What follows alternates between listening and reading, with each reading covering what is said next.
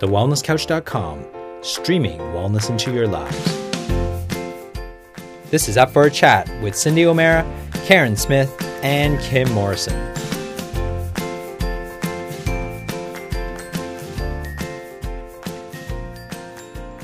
Here we are up for a chat about the hottest topics that are important to you, inspiring you to awaken the change within. I'm Cyndi O'Meara, and I'm here by myself today. And the reason I'm here by myself is that I did an unusual interview for my Functional Nutrition Academy. And, well, it actually wasn't unusual for the Functional Nutrition Academy, but it might be a little bit unusual for Up for a Chat. But I was so enthralled with this guest that I decided that it would be really amazing if you got to hear what this man has to say.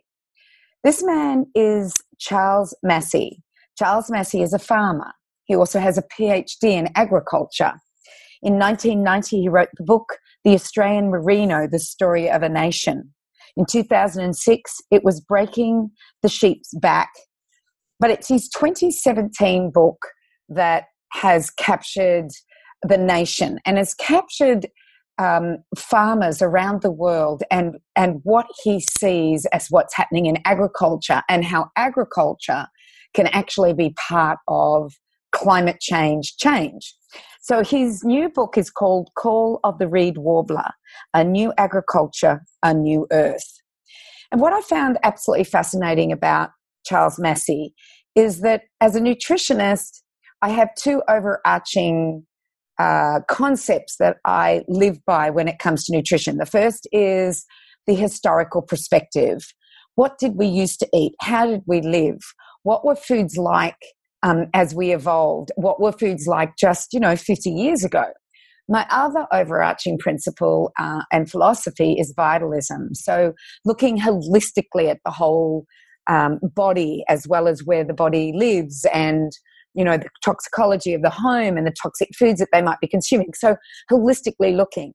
And what I loved about Charles Massy, and you will hear this in the interview, is that he thinks about agriculture like I think about food and eating and nutrition for the human being.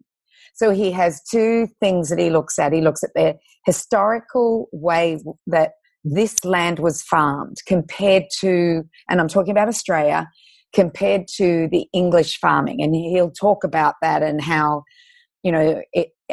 the land in England was a very new land and it was formed by glaciers, whereas the Australian landscape and the Australian land was very ancient and very old. And he talks about those differences. So I fell in love with him straight away, as you can imagine. And then the second thing that he looks at is holistic view of management of the land, but more so regenerative. And he talks about that as opposed to sustainable. He wants to regenerate the land. And we had this amazing discussion. And I thought our Up for a Chat audience would love to listen in on this fabulous interview. Welcome, Charles Massy. I'm very excited to be speaking to you today. Great to be with you, Cyndi. Wonderful. Hey, so let's just first start talking about your book and the name of the book. I want to know, where did that come from? Yes, a lot of people ask that, and I probably don't explain it enough. It's, as you probably realise, reading a book, it's full of lots of stories because, we're a species made for story. And essential to that is metaphor. We're hardwired for metaphors. So this is really a metaphor for regenerative ag and how wonderful it can be. So look, it goes back to a few years ago. A friend of mine who was actually a leading economist. He and his wife own a little farm just out of Canberra.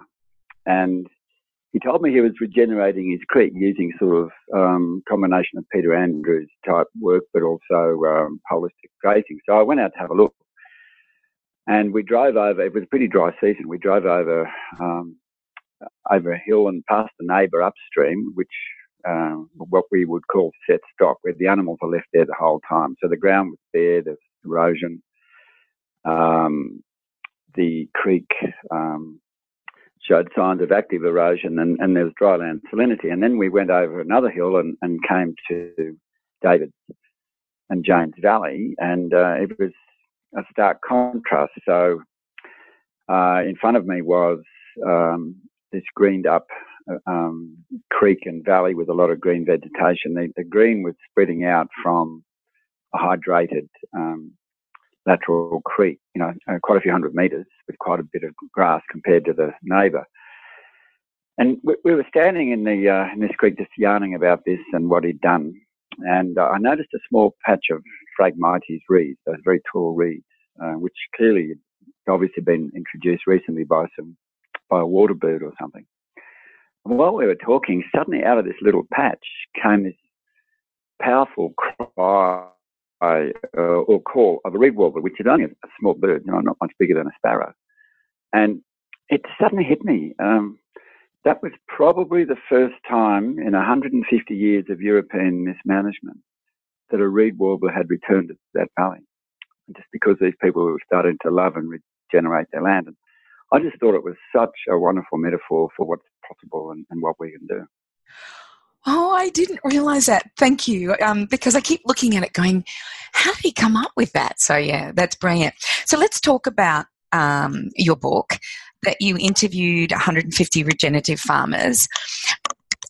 I think what really fascinates me is that your explanation of European history of farming and then coming to Australia, 200 years ago and expecting to farm the same way. Can you explain the difference between their land, how they farmed, our land, and what it's done to our land? Yeah, look, that's a really key question. And behind that is what led me to write the book in many ways, is the fact that I had to take over this farm at the age of 22 when my father got sick. Now, I'd grown up on a farm, but that doesn't mean you know anything about management. So I sought the best advice when I came home from uni, finished uni part-time. And the best advice was industrial agriculture. So I talked to the Department of Ag, SRO, the best, in inverted brackets, farmers locally, and so set about trying to be a good modern farmer. But in the process, I did a lot of damage, plowed beautiful native grasslands and overstocked and used a bit of chemical, etc. And at the end of that, especially at the end of the big 80s drought, I realised there had to be a better way. And so that really was what led, it forced me to reflect on what I'd been doing. And I realised I had what I call no ecological literacy. I couldn't read the landscape. If you like, I was sort of dyslexic. I didn't know how it functioned, and that, how I could, and that was why I could damage it so easily. So, and that goes back to the fact that, as I explain in the book, if you look at the Indigenous people who managed this land for over 60,000 years, over 2,000 generations, if you read Bill Gamage and Bruce Pascoe and people, you'll see that the land was managed. It wasn't haphazard Aboriginals or Torres Strait Islanders just wandering along, gathering a bit of food. They were, in a sophisticated manner, burning to create healthy country, track game, actively managing, food crops, etc. And so that mind, if you look at some of the writers who've really looked at it, is what you'd call an organic mind. Almost all Indigenous, long-lasting Indigenous people have it, which is where they see themselves as part of Mother Earth, inseparable to it, not separate from it. They have religious cycles and everything. But the mind that hit Australia after 1788, and particularly when they started the farm in the early 19th century, was quite different. It had arisen out of what was quite a wonderful process following the Renaissance of the scientific revolution and the industrial capitalist revolutions, etc. Many good things, but that mind led to what's been well described as the mechanical mind, where, following Newton and Adam Smith and all those guys, both the universe and the economy was seen as sort of mechanistic. So you could call it a mechanical mind, where the Earth, instead of being seen as something that's part of us and we're indivisible to, is now seen as a separate substrate from which we extract profits. And so when the Europeans arrived in Australia out of northwest Europe, they brought that mind, and they weren't just, they were coming to a totally different universe, so to speak. So they came from really what was a young post-glacial landscape, only 11,000 years fresh, really, chock full of nutrients from when the ice melted and the rivers deposited nutrients, etc., and a humid atmosphere and soils. And they come to this continent, one of the oldest in the world, up to 3.8 billion years old, some of the Western country. Highly leached, therefore, underneath it's a lot of salt. And they applied, and they also came in the midst of a sort of colonial expansion. So Australia was seeing, once they discovered the pasture lands for wool, obviously gold, but then wheat and later meat. It was seen as a colonial supply base for the industrial engines of initially Britain and then Europe. And so that mechanical mind applied technology from that young northwestern Europe and to a far more complex, highly evolved ancient landscape that was really incredibly sensitive. And as I outline in the book, the results were very quick and very devastating in land degradation. Yeah, they have been absolutely devastating. It's interesting that one of the things that you point out, that phosphorus is one of the things that is not in great amounts in the Australian landscape. And I had Dr. Don Huber from Purdue University on my farm last week, along with a couple of other people, and he walked through my landscape, and there were red tips on my one of my grasses, and he says, "Oh, phosphorus, that's usual here," and he looked at a plant and he said he read the plants, the landscape, he read everything like a doctor would read the analysis of someone's blood or someone's urine. But he didn't have to do any testing. He could see it. He saw something black on something or something yellow on something. And, I love that we're getting this now, is that we have people who are understanding that this is a different landscape, that we shouldn't be doing what was done in Europe. And perhaps if we hadn't have destroyed the culture of the Australian Aboriginal, we may have learnt a lot about how they managed the land for 65,000 plus years, as, Bruce Pascoe says in his book, Dark Emu. So, look, that's right. Sorry. I was just going to say I did a gig not long ago with Don Huber, and he's one of the world's great soil scientists now, in his late 70s, early 80s. And yes, through a deep scientific knowledge, he can read the landscape, and he's just the most wonderful soil scientist. He understands its holistic complexity, and he's actually with the first, because of his intuitive understanding of how soil is such a holistically functioning thing. He was one of the first to sort of ring the bell on the dangers of glyphosate, what it's doing to soil biology. But just on the phosphorus thing, which is critical for a lot of life functions, plants and animals. But yeah, we don't have much of it. But what the Australian landscape has done through a co-evolved mechanisms over millions of years is really efficient ways of recycling that scarce element very, very quickly through sort of microbial interactions under the ground and then even above the ground, recycling via bushfires and stuff. So this ancient land has co-evolved unique ways to efficiently spread around the scarce resources we do have.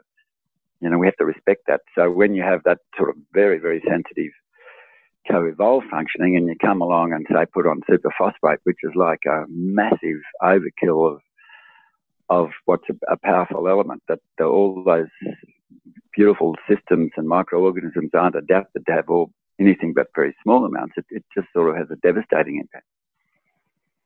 And and that's what we've been doing is just throwing these things on it, and that reduces all of our minerals. And then when we're also dumping a billion kilos a year now of glyphosate or Roundup on our landscape or the world's landscape, we're now killing the ecology of the soil, and that's creating a real problem too.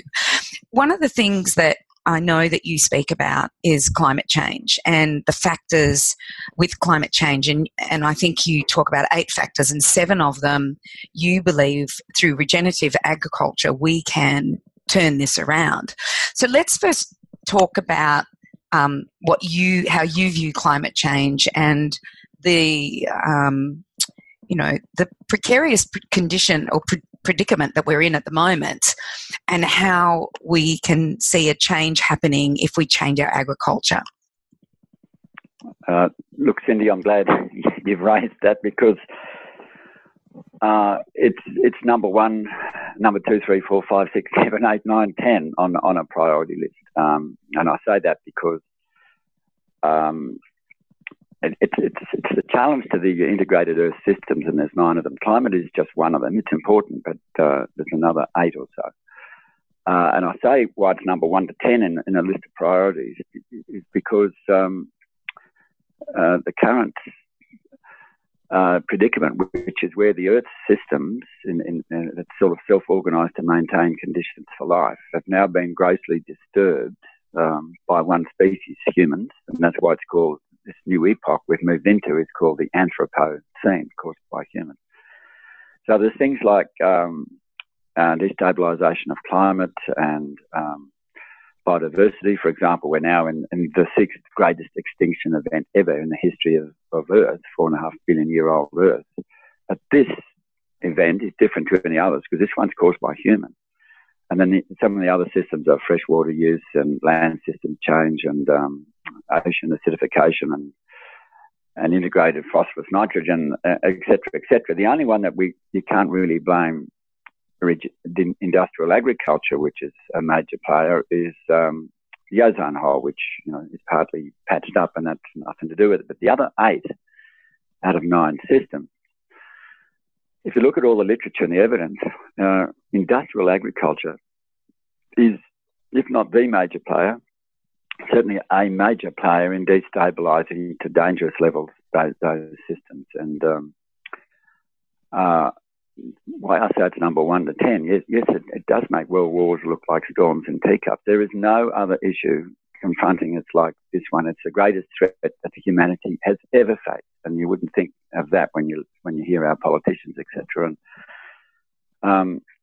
And just background to this, and I often show in my talks that marvellous photo that the NASA astronauts took when they first looked back at this blue-green planet, which was sort of a mind-changing impact. It's blue-green because life itself created conditions for life. It's the only one we know of in the universe that has life on it. And so, for example, about 3.2 billion years ago, bacteria first released oxygen into the atmosphere for the first time. And then, over 400 million years ago, you had lichens and fungi and stuff starting to break down rocks to create the first soils, and then that followed life.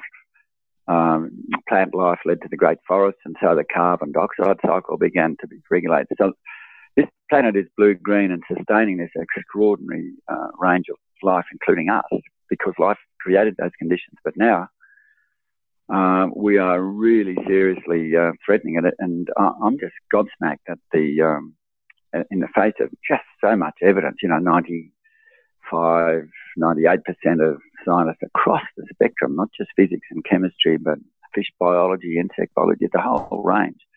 They are saying this is a massive crisis, and yet you'd think our politicians lived in a different world. Most of them, and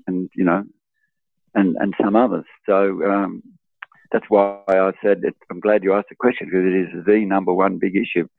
And to pick up the rest of your question, we now know that leading practices of regenerative agriculture can really address the destabilisation of these systems. And I'll just give you one example. A thinker and a writer and a scientist that I admire enormously is Paul Hawken. He's written some wonderful stuff over the last 3 or 4 decades about social and environmental change and regenerating them. And he got sick, about 15 years ago, he got sick of asking a lot of climate scientists, what do we do about it? And they said, well, I don't know. We're sort of good at looking at the numbers of what's happening. So he co-opted 70 leading thinkers and scientists to look at the 100 best methods of pulling carbon dioxide out of the atmosphere and putting and squirreling it away, if you like, and stopping it being released. And so in the last year or so, they've published a beautiful book called Drawdown, the 100 best methods to draw down carbon dioxide. And then 80 of them are really fully costed to, high detail, as in calculated how much you can pull. And when I looked at those 80, there's 6 or 7 or so regenerative ag methods, but they're all doing the same thing.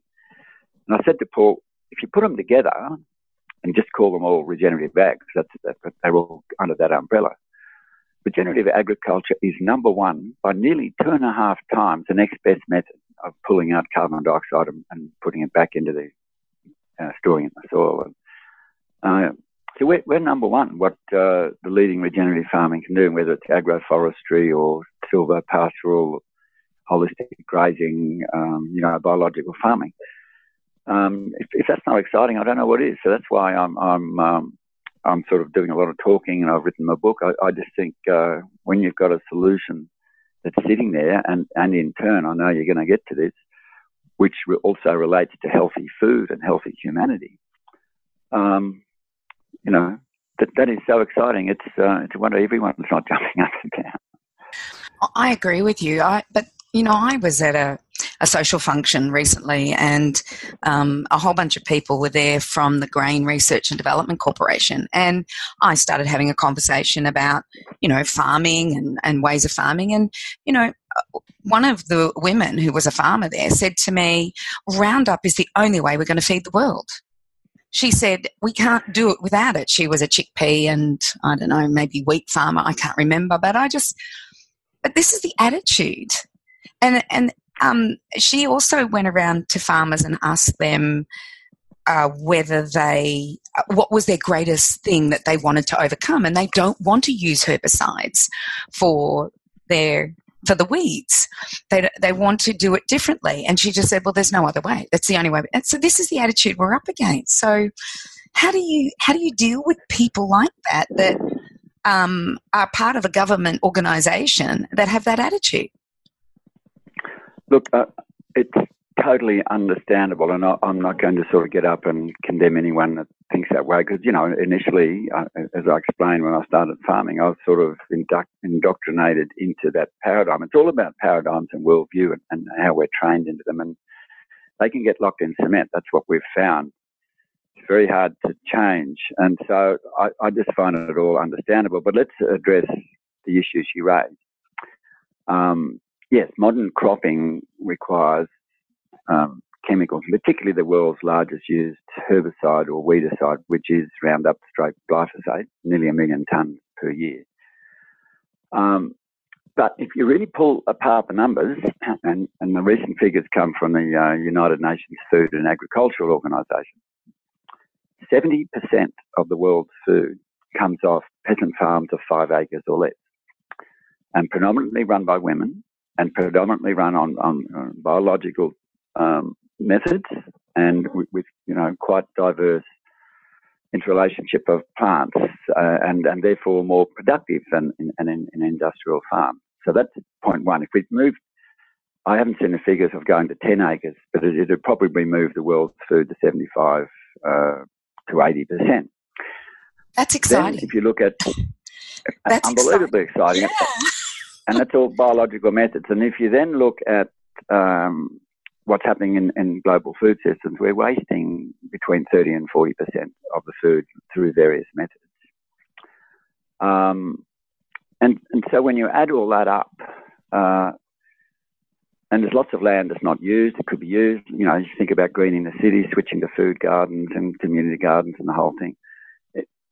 Calculations by people that are across these figures that we could feed 11 billion today. So it's a firstly that we can't feed a bigger population, but B, that we need the industrial world to do it. The industrial world, which are all the biggest multinationals in the world, getting wealthier by the second, and predicated behaviour on endless growth and destruction, because endless growth is absolutely suicidal policy of neoliberal economic rationalism predicated on endless growth. It means endless destruction, and whether it's Amazon forest or Indonesian rainforest or what Australia's even doing to a lot of our woodlands, you can't get away from the destruction. And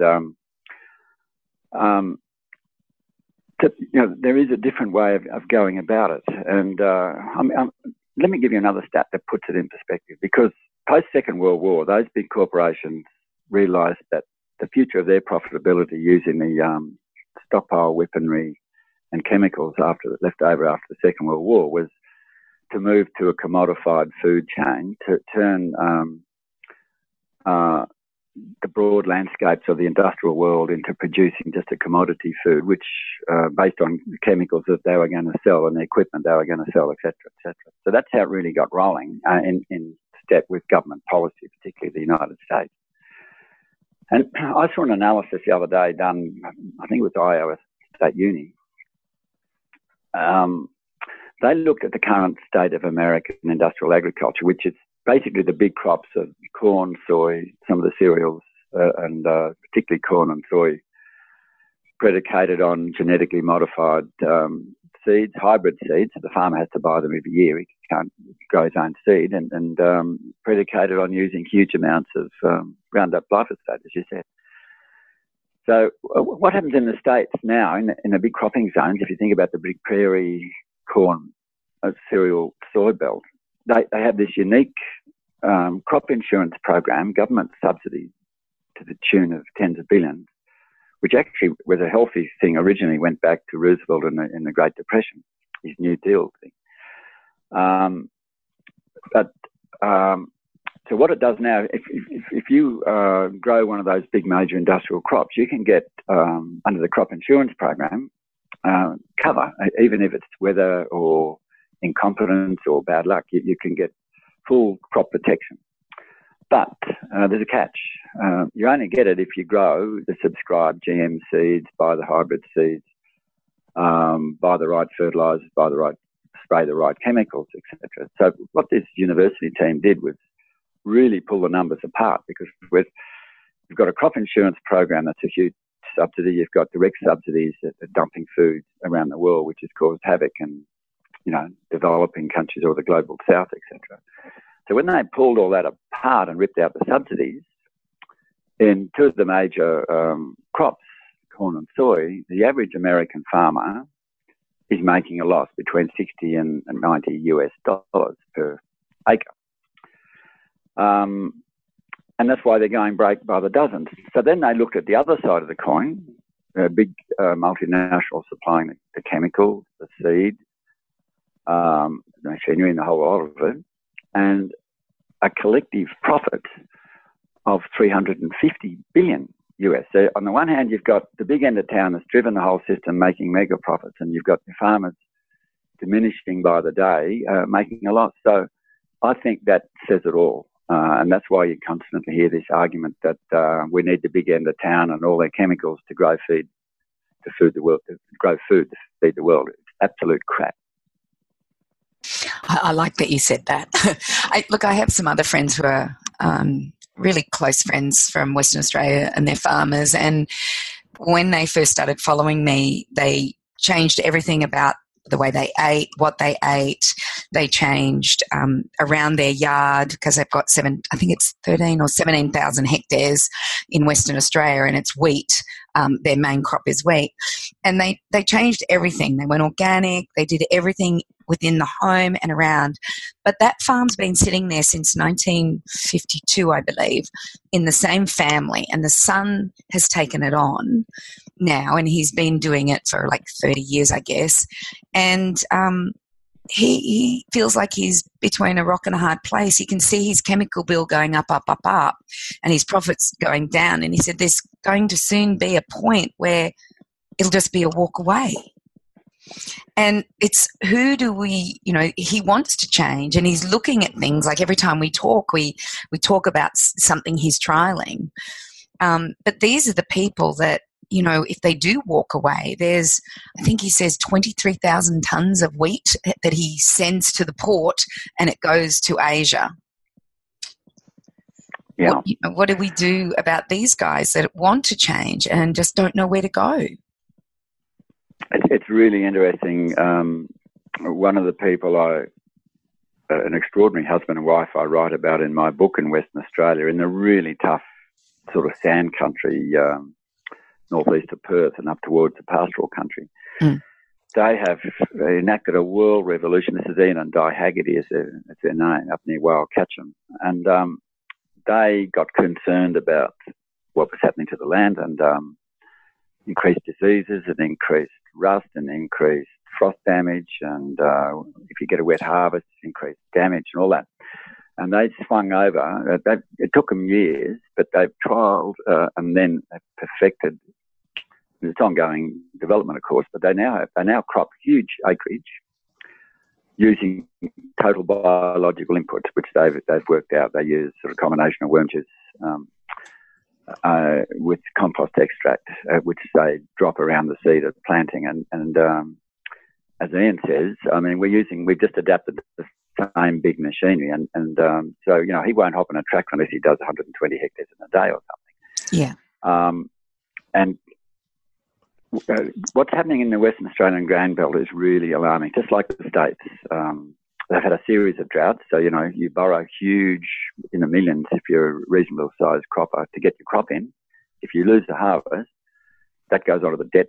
And if you lose the second harvest, you're really vulnerable. And the debt level in Western Australian wheat has got very, it's dangerous proportions. And so talking to Ian and Di the other day, they've been running field days for a while because they've worked with some of the world's and Australia's best soil scientists, many of them women, which is interesting. And initially they'd get a few polite inquiries, 5, 10, 15 might turn up. But the other day they ran a field day with some top soil scientists, and over 100 people turned up, including the second biggest grain grower in Australia. And it was all positive. And the reason is that while everyone around them has been going broke or further into debt, they have grown their business from 1,600 hectares to 30,000. And so they're doing something right because they've absolutely slashed their costs, even though the yields may not be as great. But their resilience is through the roof with frost and weather damage and all the rest of it. And their healthy soil biology, and they use sheep grazing across it, so they have an extra enterprise as well. The sheep are integral to stimulating the biology. And this rising interest is a reflection that the pressure is now on. People and their soils are hitting the wall all over. The American cropping belt in Australia, it's the same. There's a hard pan underneath the shallow cropping zone, which, because you don't have perennial roots that can access the other stuff, whereas the new systems are starting to break that. And all the other issues I've touched on without which we should discuss, the chemical that's getting into modern food. But this destabilisation, as the pressure comes on, a lot of us are doing talks to land care and farmers groups across the country. We're noticing once upon a time you get 30, 40 people. Now you're getting 100, 150, 200, asking serious questions. There is a definite unsettlement as information on climate, Anthropocene, but also, the finances. I detect that there's definitely a shift on. Which is wonderful to hear.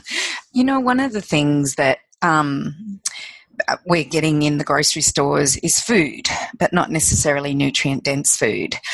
And, food security is getting, I think, worse and worse, with listeria outbreaks and all sorts of bacterias that are poisonous to the human and can make the human quite sick.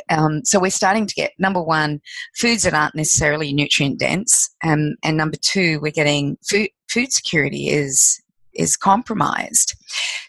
In World War II, they had things in the US called victory gardens, where everybody had to have a garden, a food-bearing garden in their backyard.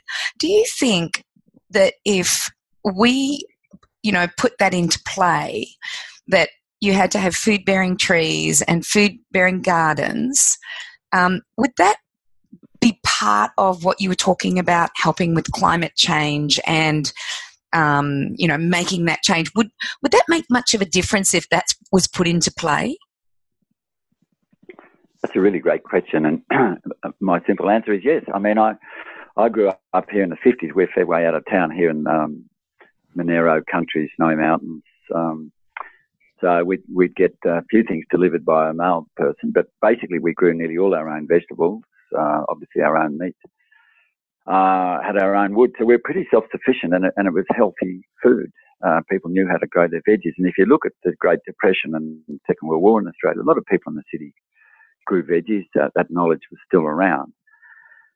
And yes, we you look at programs like Stephanie Alexander with school gardens. I mean, when kids start growing greens and seeing the magic of it, they're very happy to eat their own veggies. Whereas, if they get them out of the bland crap you'll get out of a supermarket shelf, they turn their noses up because they're seduced by a McDonald's or something. But this has such wider connotations, and I really want to get onto the healthy food aspect. But one of the connotations is this, that, and I quote some statistics in the book, but Planet Ark is a not-for-profit environment group. They surveyed children in Australia, I think it was 6 years and under, and only about 1 in 4 has ever climbed a tree or rock. We're really getting so divorced from Mother Nature, and I think 10-year-olds and under in another survey, for every hour of outdoor play, and that's in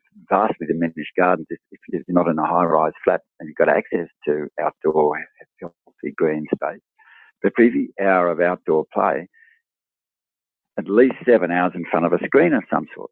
So we're increasingly divorced from nature. So to regreen our cities and develop those skills and have families starting to grow healthy food or community gardens or getting involved in community gardens is absolute key part of the solution. It's not just the farms. We have to have, on a smaller scale, similar things happening in the city, and then the city people that can't do that get involved in CSAs, community supported agriculture or whatever, that they do connect with the farming and healthy world, as we've got some great models around Australia like Food Connect and other people. So it's such a huge issue you've raised. It's a two-part solution. It's not just farming, it's the urban people, and quality of life and enjoyment, and then physical, mental health goes through the roof once that happens as well. Not just a healthier environment, but the sheer act of reconnecting with nature. Look, the big issue that you've raised, that we both sort of touched on indirectly, is what industrial foods are doing to human health. And the answer is massive impact for a number of reasons. So the first one is glyphosate. Despite all the naysayers from the big industrial end of town, the evidence now is that it is getting into our food. So it's water soluble. It's into our groundwater and our surface water. It's even been found to evaporate and then come down in rain in parts that haven't used glyphosate, for example. So it's getting into our food. There's a lot of testing showing that. If you think about the core grains and corn, the way it penetrates the industrial food system from corn syrup the whole way, and soy, etc. And it's doing it's two key pathways where it's causing damage. We now know, and people like Don Huber, who you mentioned earlier, been across this, as have other great soil scientists who are ringing the bell early, like Dr. Robert Kramer, used to be with the US Department of Ag. Obviously, once he got too involved in looking at glyphosate, he didn't keep his tenure. But so the first major damaging pathway is that when we ingest food containing or drink water containing glyphosate, the way it chemically acts is the first thing. It's what's called a chelator. It was discovered as a wonderful chemical in the 60s to strip rusted linings and other accretions inside galvanized pipes, for example. So it means it grabs hold of chemicals and locks them up. So that's why when you spray a paddock with Roundup, it turns yellow. And so you can imagine what happens when that gets into your gut. to all the valuable minerals and nutrients, etc. But what it's also doing in your gut is that it's directly interfering in a major amino acid pathway production line, which is related to our immune system, key hormones and enzymes, etc. And it's chopping that off towards the end of that process, so really opening up our defences to attack and lowering our immune capacity. So that's number one, in addition to the chelating effect. Number two, being water soluble, we now know it is penetrating some of the key defence barriers in our body, like our gut lining, blood-brain barrier, and there's evidence now showing some really sensitive membranes, like placental membranes, etc. So that's, and a lot of the modern diseases, none of them are single factorial, but you can bet, given what the evidence that's mounting, a huge number of published papers now telling us it's definitely connected to modern mental and physical health diseases. But the other aspect which you've alluded to is losing nutrient integrity, density, variety in our food. So let me give you one example. A really healthy soil, a lot of compost, and the key part to healthy soil is lots of soil biology, vast range of bugs and microorganisms and fungus, etc. For example, I remember I sat through I did a soil science course in the early 70s as an undergraduate, and I sat through a course when I went back to do a PhD nearly 40 years later, and both courses still focus on chemistry and physics. They'd forgotten or omit or don't think it's important.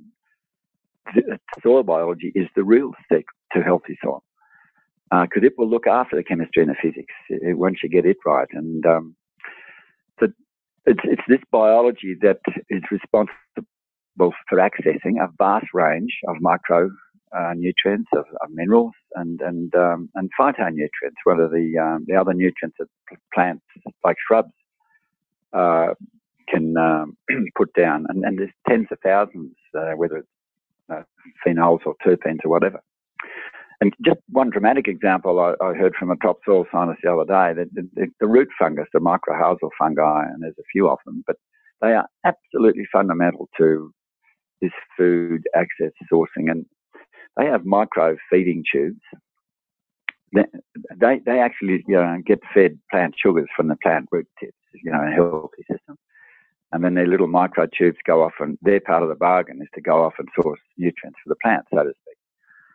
In a really good healthy soil, in 1 cubic metre, it could be up to 25,000 kilometres of these micro tubes all working away, accessing a variety of nutrients and micronutrients, etc., minerals. Oh my gosh, that's stunning. It's mind-boggling, isn't it? And I've seen wonderful photos recently, chalk and cheese between industrial soils and biological soils, and all the microtubes on the biologically healthy ones. But if you then set about ploughing, spraying, over-fertilising, you kill off those fungus and what they're doing, and you end up with basically drug addict plants waiting for their daily dose, well, not daily, but their dose of nitrogen, potassium, the NPK fertilizer, and they've missed out on 99% of the really important stuff. Now, that important stuff is what we co-evolved for over, the million years of modern hominid evolution. We have detectors through our body to detect whether it's in our organs, our alimentary canal, our stomach, all feeding to the brain on critical elements needed for health, and complex physiological processes to function. We're ignoring these key pathways that we're co-evolved to have all these vital things. And industrial ag, it's really the hidden cost that people aren't talking about. It's having a major impact on modern health through basically starving us of the right and important nutrients.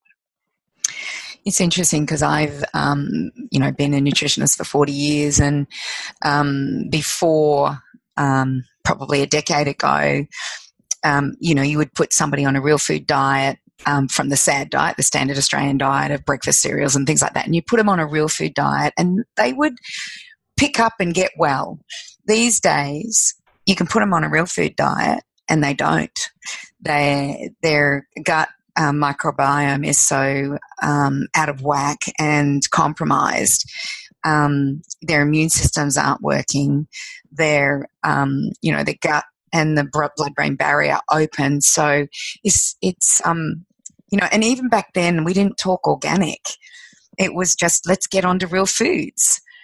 Now, there's evidence out now that if you've on an organic diet, the likelihood of you getting cancer is far less than if you're on a diet where it's industrial agriculture that's doing it. So what I find interesting is that there's such a huge correlation between soil bacteria and the gut bacteria, between the minerals that are pulled up by those bugs in the soil and are needed, and ours. And it's like all the systems are all the same, and we've just ignored them and tried to demolish any bacteria or bug or fungi in the human world as well as now the soil world. And as a result, we're seeing a massive change in the health of humans and the health of animals and the health of our plants. And I just I just love when if we would all start to get this and understand this, that if we destroy one system, we're destroying another system. And it sounds like we're also destroying the climate as well. Look, Cyndi, you've, here's me teaching you to suck eggs as a nutritionist from a more holistic perspective of soil and nature and stuff. But you're absolutely right. I mean, it's part of the mechanical mind. We think reductionistly, in a reductionist manner, that you can reduce everything. And it's the old story, you start to dissect down into the mechanical parts. You miss the big picture, which is the whole. I mean, the co-evolved systems that we have. One of the things that a healthy soil does, particularly some of the bacteria, is it's brilliant at detoxifying disease-causing elements by whatever reason. And there's a wonderful American medico who worked with autism for a long while, and then got really concerned about its acceleration from the mid-90s. I think the rate in the States, I know the diagnostics might have changed, but it's gone from something like 1 in 5,000 in the 70s to about 1 in 140 now in American children. I think it's really alarmed because he's dealing with... I think it's 1 in 48 or something now. Oh, wow. Yeah. So, I mean, that's, it's something going on. So he started to work with some scientists, and he discovered, this guy's name is Zach Bush. I'm sure you're more than... I know Zach, yes. I follow him, yes. Oh, okay. Yeah. Okay, there you go. He's wonderful. But one of the things that really got him fired up was the fact that, as you just pointed out, the same bacteria in the soil that were doing the detoxifying, same species, were the ones in our microbiome doing exactly the same thing. And we start eating crap food without the sort of key things to build the immune system, or put in glyphosate, and we're knocking out that one other part of our complex, healthy environment. So it's so complex. The minute you start not treating it like we co-evolved for, which is diverse range of micro, macronutrients, minerals, the whole thing. The minute we try and simplify it with this crap industrial food and the poisons that are in it, and drinking and eating too much sugar and all the stuff you must have gone on about for years. I mean, why are we surprised that we have this modern health crisis? And it is. I mean, things like autism and obesity alone could destroy an economy within 30, 40 years. Yeah, definitely. What's really interesting is I'm finding that people can't even tolerate lettuce. And so I started to look into it and find out, well, what's happening to the lettuce? And I found out that all of our bagged lettuce is being sanitized by something called Nature Seal in the conventional sanitization of lettuce. And in the organic, I think it's an acetic acid. I'm not exactly sure, but it's a sanitizer. No matter what, it's a sanitizer. And I was listening, and I think it was Zach Bush I was listening to, and he said that if the soil bacteria are not on the lettuce, then you can't digest that lettuce. It's actually the soil bacteria that's on the lettuce when you pick it that allows your body to digest it. And so we're doing, I don't know if you've heard this, but we're doing all this crazy stuff to our food by sanitizing it because of, the bacteria that is resistant to glyphosate, which I believe Listeria is one, and I can't remember the other one that's resistant to glyphosate. So now we're sterilizing it so they're not there. And now even lettuce is being hard to digest for people. So this is what stuff is, Robin. And if you go back a step, why are we doing all these things? Because it suits the big end of town, the big multinationals, the big retailers. It's pure and simple for their profits. As well as anything sort of more basic like the well-being of customers. It's just secondary by a country mile away. But, I think back to what's behind what Jack's also saying is the fact that, as kids, they need to crawl around in the dirt and ingest dirt and stuff because that builds the microbiome and the immune system and the whole thing. And pulling up a lettuce out of the garden, you're never going to wash everything off it, and neither you should. And ingesting a bit more soil and all the bacteria and stuff, it's just so integral. It's sort of, it's thinking biologically versus that mechanistic thing, isn't it? It really is. My father says, I like that man, he thinks like I do.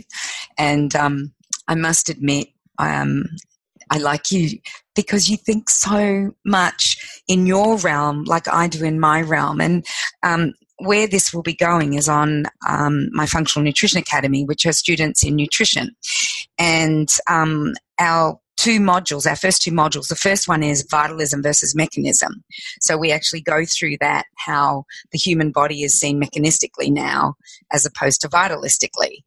So it's seen mechanistically, and if you have a heart attack or a heart problem, then let's just go to a cardiologist. Or if you've got arthritis, you go to a rheumatologist and so on. So we view the body very mechanistically, and we don't view it in its environment, or we don't view it as a holistic thing. So that's our first one, which is the way you look at everything as well.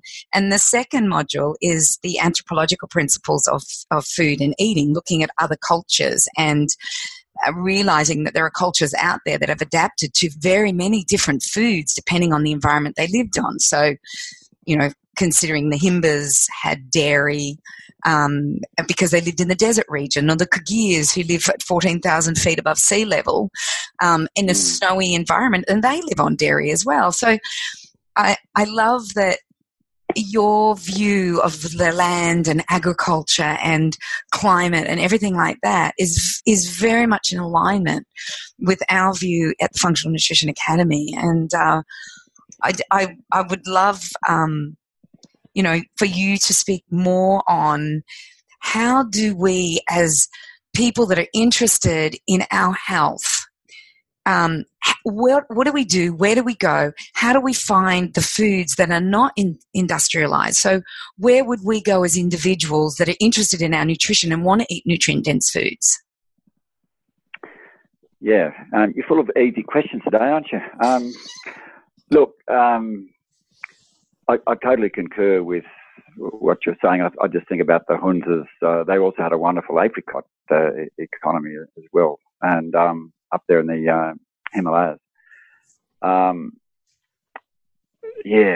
wish I was 40 years younger. I think I'd sit through your course. Look, what it comes back to, I was very fortunate when I was an undergraduate. I was doing zoology because I wanted to be a wildlife researcher, but I was lucky.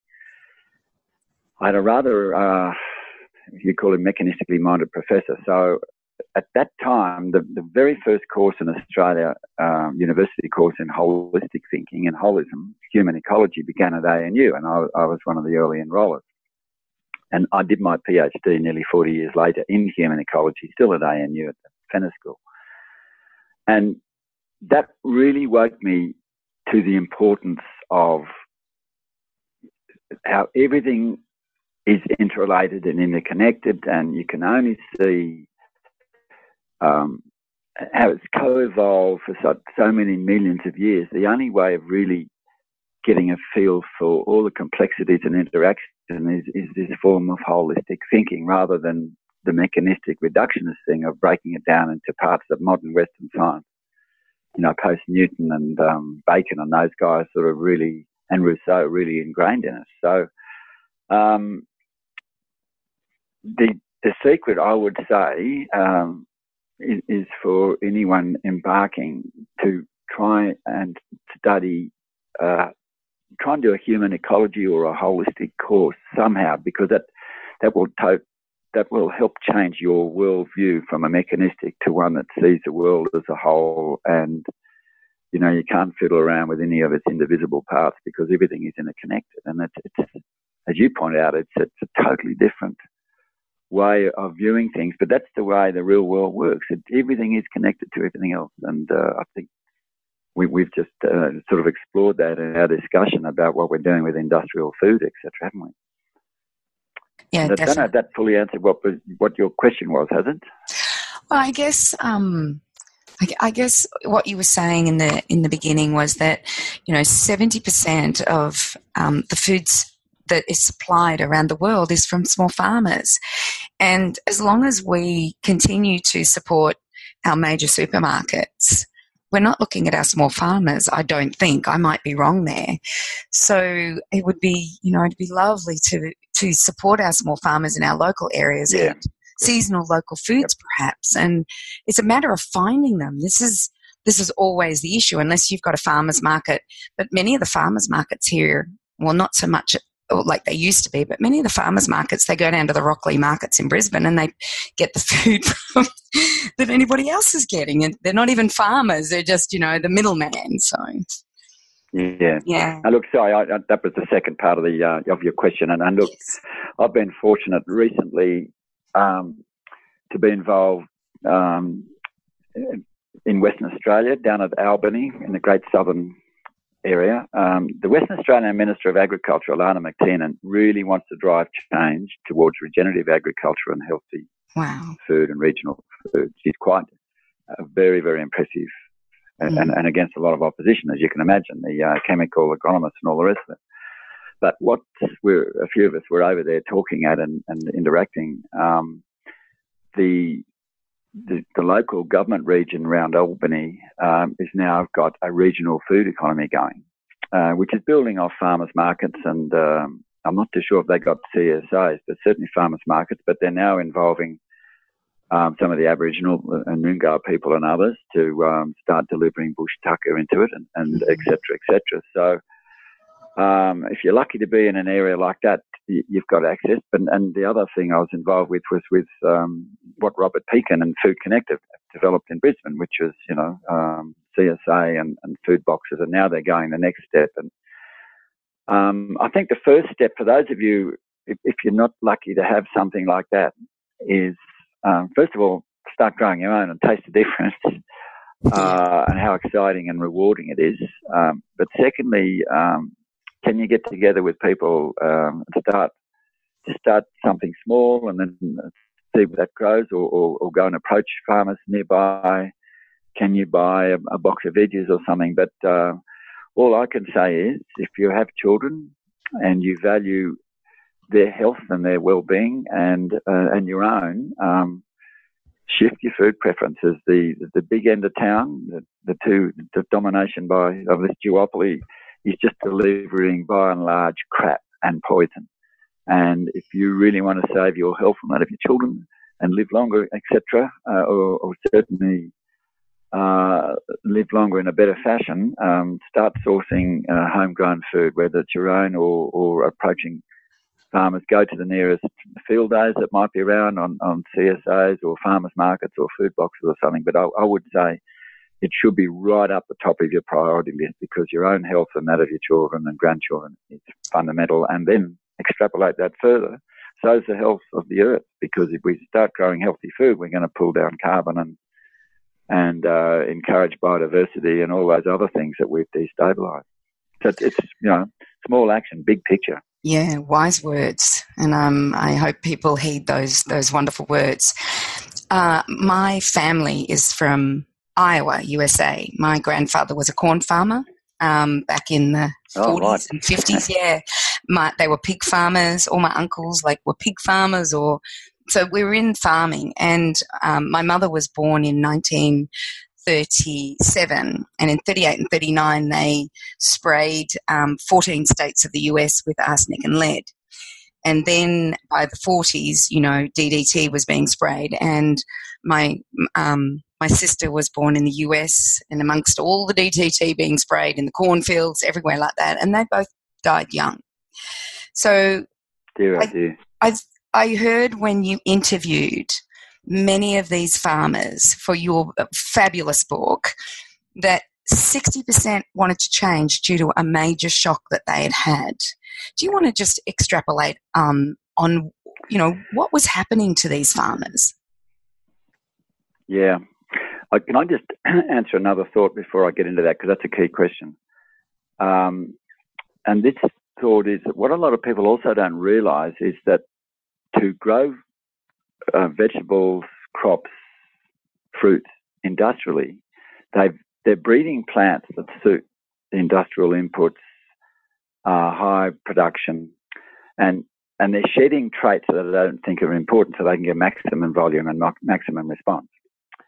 What is being shed is the capacity for those plants, as they've co-evolved over millions of years, to go and access lots of nutrients. So a lot of the research now showing, for example, I saw a paper the other day, 60 of these soft whites, the modern bread wheats, yes, they can breed a dwarf variety that's responsive to fertiliser and irrigation, but the nutrients have crashed out of sight because I've lost those genes in targeting single-mindedly some of the other productive things. And the same's happening in fruits and same happening in veggies. I mean, I remember as a kid, we've got a sort of 1840s mulberry trees here, and you climb a tree when it was forbidden, I guess, and the taste just explodes in your mouth, and we've still got those trees. And then I bought a tree early in my marriage of an industrial product, big fruit, absolutely tasteless. So that's the other aspect. But look, the big question you've asked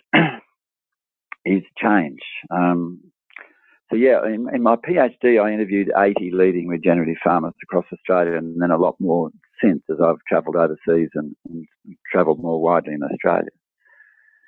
And my thesis was actually examining transformative change in regenerative farming.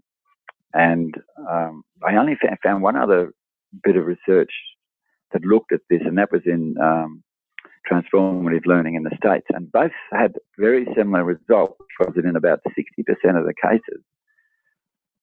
And you know, I'm a case in point. Began as an industrial farmer, and you think that's right, and you can't conceive that any other way could be different. But suddenly you change, and in 60% of the cases, it was a sort of major life shock that cracked your mind open to be receptive to change. And you know, that can be drought. In my case, and lots of us, as one farm told me, that the 80s drought was a big head cracker, but we've had some other big ones, and we're in a big one again now, and that's why I think there's more and more people turning up. Quite a few of them had accidental poisoning with chemical accidents. One leading innovative cropper was burnt in a bushfire, marriage breakup, big disease outbreak that destroyed a herd. A whole lot of things that really cracked your mind, and you were put back to the wall. You had to think of doing something different. And in the other 40% of cases, it was more a series of little destabilisations, or else they were already that way inclined. But and I would suspect that major health issues is another one, but certainly chemical poisoning and disease and stuff is also a component. Yeah, it wakes people up, doesn't it? It does, yeah, and because that's how.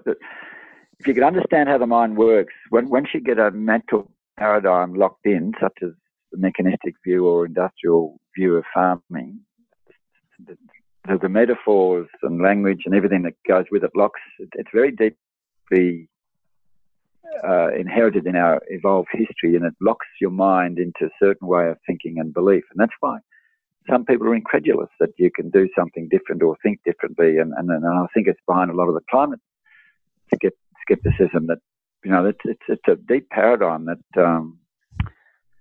if you challenge it, you're challenging their whole worldview and their way of living and believing, as we're seeing with Trump America, for example. But you're seeing this polarisation everywhere. So you're you're seeing it, there's the vaccine issue, there's the chemical issue, there's the medical model versus the alternative health model. There's the climate change versus there's no climate change. And, I just am seeing a greater and greater polarization than I've ever seen before. And I guess my last question to you is, with your knowledge of agriculture and what's happening here in Australia and around the world, do you think there's hope? Do you think we're going to change? Look, I'm positive. That's why I've written a book, and that's why I'm sort of flat out doing a lot of talking and writing articles and things. If we give up hope, we're gone. I mean, we are an extraordinary species, despite being a problematic one. We've had, your Nelson Mandelas and others, and then you get a Trump. But our capacity,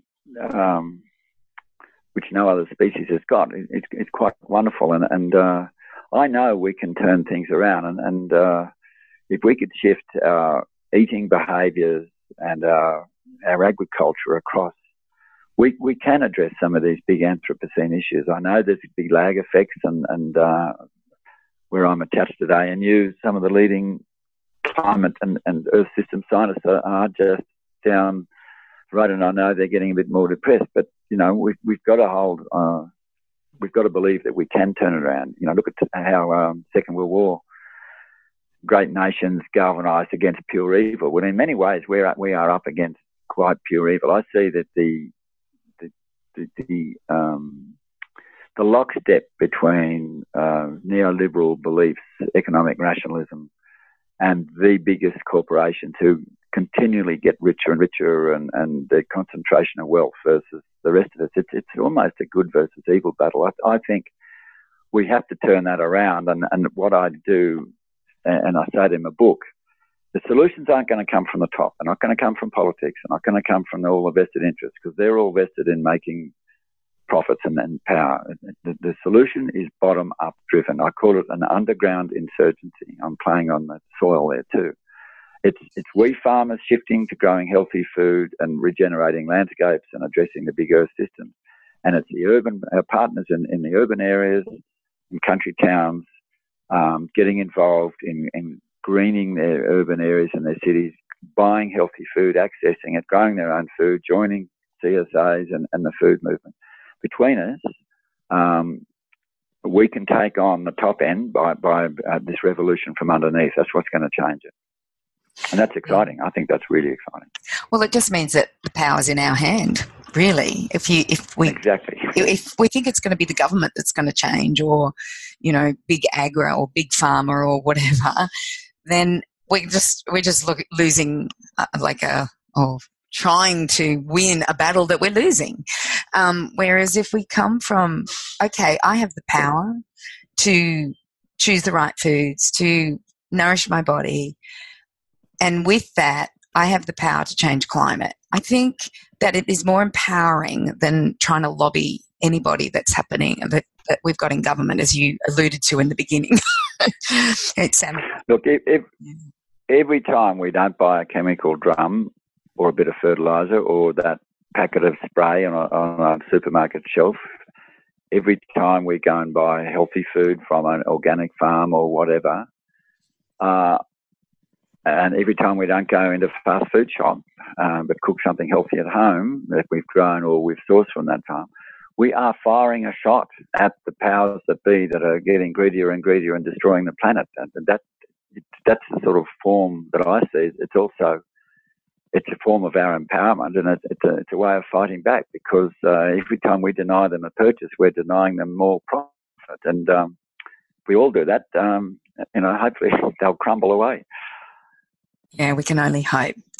Well, Charles, I want to thank you very much for your time. I have about 100 more questions, but I like to limit to about an hour, and we've just gone over the hour. And so thank you very much for spending the time speaking with me and explaining, what's happening in agriculture, and that there is hope, but that we must work from, what did you call it again? An insurgence from the underground? Underground insurgency. That's what I'm preaching. Love it. Thank you very much. I really enjoyed it. Thanks, Cindy. Great questions, and it's very enjoyable. Thank you. Wonderful. Thank you. I want to thank you all for listening to Dr. Charles Massy do an amazing interview on how he feels that climate change can be solved with our agricultural practices, and that the food that we choose to consume can make all the difference. Even as individuals, we can make a difference. So, start supporting our local farmers and, doing the right thing. The reason I have been interviewing farmers and farmers doing great things, and especially in regenerative agriculture, is that the Functional Nutrition Academy, which is my registered training organisation that teaches nutrition and the microbiome and introduction to nutrition's fundamentals and applied, is that we've decided to create a new program called Nutrient-Dense Food Production. And at the moment, we are creating that program, and our first few modules, probably the first 4, will be on soil health.